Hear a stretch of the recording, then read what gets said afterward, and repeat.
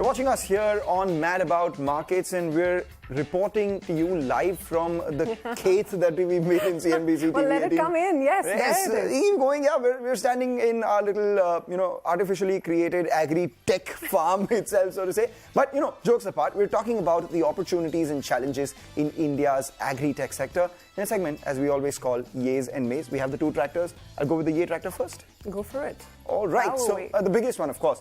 The thing that we talk about very often on Mad About Markets, the big transformative impact that COVID-19 has driven in the industry, and Agritech has been... And Agritech has been no exception. But, when we talk about agriculture in India, at the end of the day, it is still a very fragmented market, and there are a large number of intermediaries, countless stakeholders, which makes the process itself quite complex. The common platform that binds everyone, whether they're fragmented or not, is the internet. Rising internet and smartphone penetration in India brings everyone together.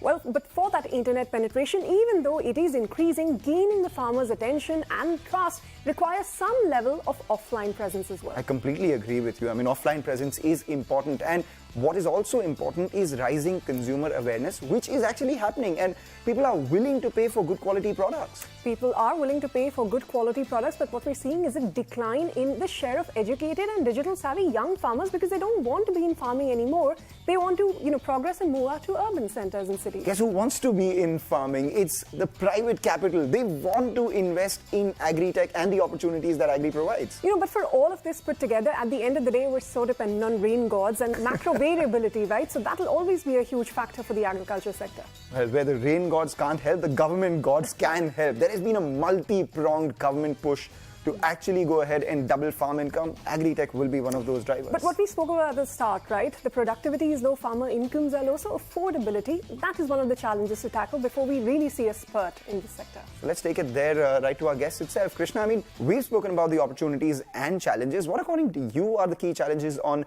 tech delivery, cost fragmentation of land holdings, too many stakeholders?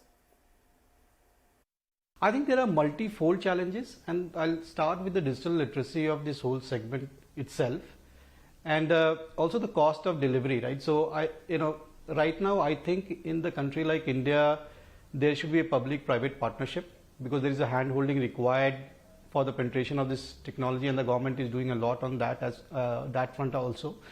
And also the people who are interacting with the growers, like agronomists or government departments or agriculture departments, their people also need to adopt this technology and take it to this last mile, right? And that I see that happening today with all the infrastructure which we have in the country to support the agriculture. That digital has been the first pillar, and they are making an effort to not only the growers but also every stakeholder who is engaged in the agriculture to adopt digital, right? And that is also happening with his own pace, and with this whole penetration of technology, internet, smartphones, easy solutions, which is actionable in terms of in hand when it goes to the in hand of farmers, are also increasing, right? So I think it has to be a collaborative approach, right, from the tech companies who are building solutions, the implementation partners who are on the ground working closely with the growers, and then helping them to adopt this kind of a technology.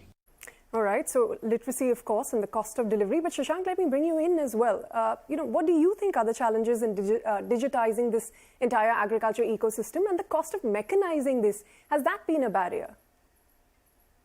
I would say too many stakeholders for sure.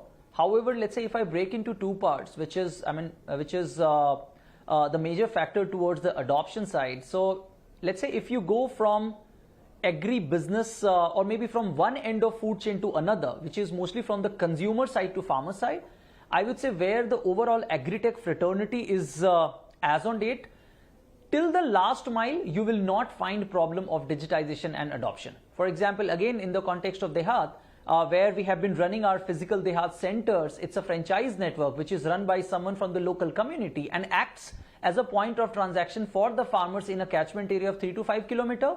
So probably I think as far as digitization or adoption is concerned, I think we have solved up to that point, considering all our more than 11,000 DeHaat centers are digitized.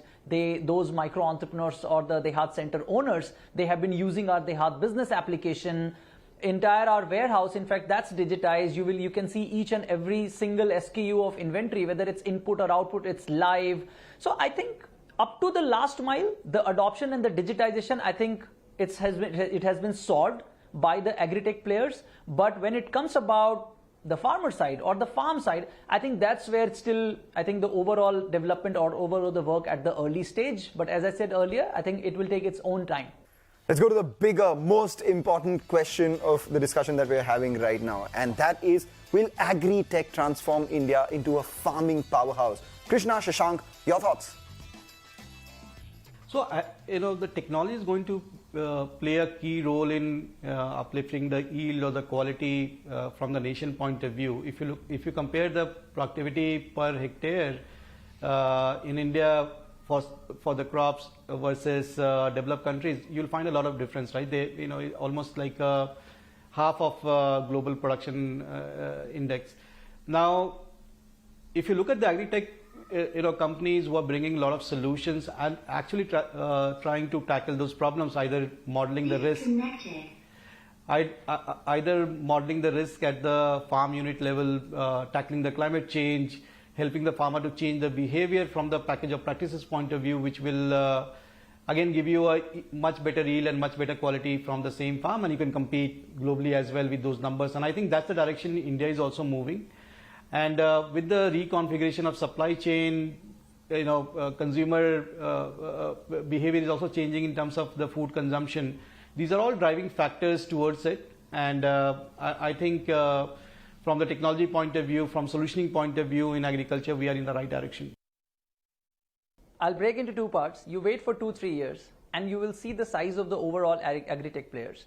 I think 3 years ago, I think people have been asking about that whether agri-tech can go to a certain stage, certain scale, certain growth or not. In fact, and as on date, you will find many agri-tech startups doing maybe more than annual business of 1,000 crore already.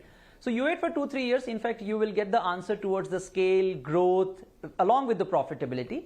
But the second part of the question, standalone, no. I think standalone, forget about agri-tech, standalone, nobody can solve the India or the global issues. But I think the construct of agri-tech is to be a strong, catalyst towards the new or towards the next green revolution of India. So idea or the intent of the agri-tech is basically, to create the prototypes, to create the model, whether it's last mile, whether it's farmers financing, whether it's export, whether it's bio innovations, and basically, encouraging everyone literally, whether the institution or the policy makers, to use and to refer those prototypes, basically to inculcate in their own respective region and to basically scale it up, for a common cause. Always good to have a healthy debate. I'm glad to hear that opposing point of view from both of you. Yes, there is a long way to go. But on that note, Krishna and Shashank, thank you very much for sharing your thoughts here. And with that, we've come to an end of this special episode. Thanks for watching. We'll see you next week. Keep farming.